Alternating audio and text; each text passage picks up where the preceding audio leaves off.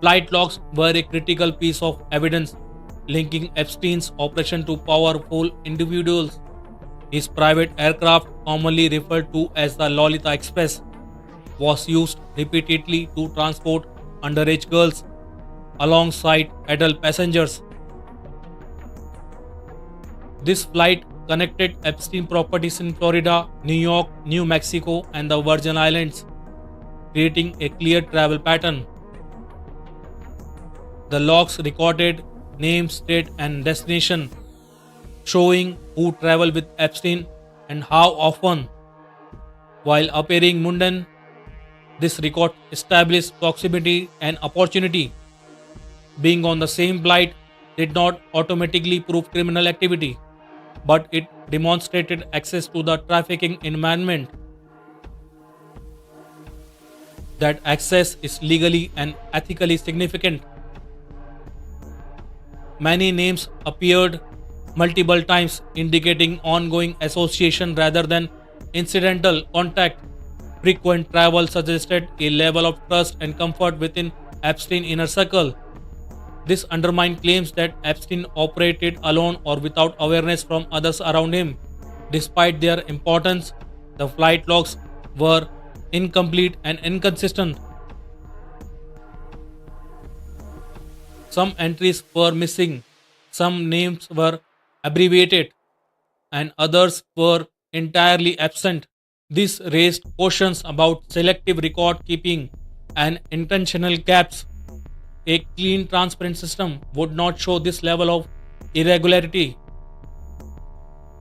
The existence of flight logs also explains why protection became necessary.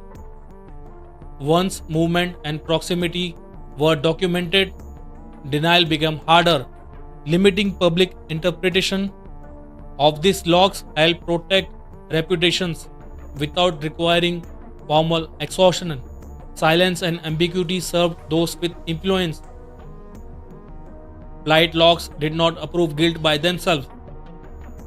What they proved was access, reputation, and opportunity. In a trafficking investigation, that combination matters. Jeffrey Epstein maintained documented associations with politicians, businessmen, academics, royalty, and media figures.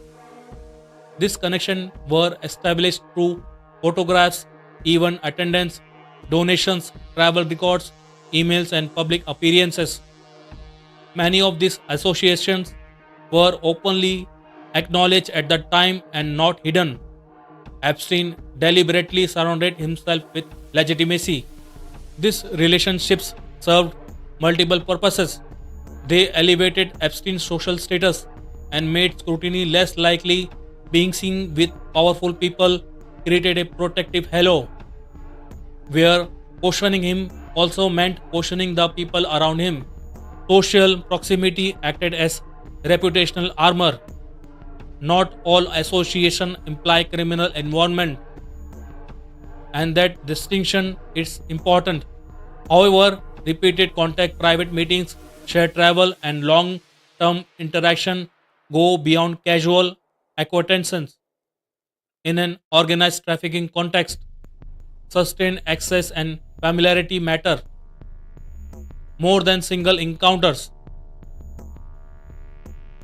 Opportunity is a factual consideration, not a moral judgment. Some individuals publicly distanced themselves from Epstein only after his crime became widely known. Before that, many associations continue for years without consent. This delayed distancing raises questions about awareness, willful ignorance, or tolerance of behavior that was already rumored.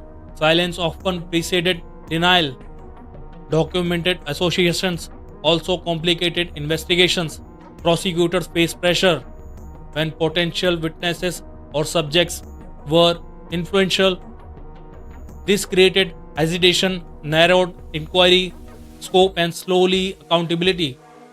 Power does not need to intervene direct to protect itself. Its presence alone is often enough. These associations explain why Epstein networks survived as long as it did. He was not operating in isolation. He was embedded in systems where influence discouraged exposure. That context is essential to understanding protection. Many names remain sealed because the legal system prioritized procedure over public curiosity. Courts often seal documents to protect ongoing investigations, prevent defamation claims, and avoid prejudicing future trials. Naming individuals without charges creates legal risk, especially when evidence shows association but not proven criminal acts. This gives courts a strong incentive to limit disclosure. Another reason was the use of civil settlements and non prosecution agreements. This mechanism allowed cases to close without full discovery or public testimony. When cases end quietly, supporting documents are often sealed or heavily redacted. This protects both defendants and third party from scrutiny. Power and influence also played a role in slowing or narrowing disclosure. When potential subjects are wealthy or politically connected, prosecutors move cautiously. This does not require direct interference. Risk aversion alone is enough. Investigation tend to focus on what can be proven quickly, not what could implicate powerful networks.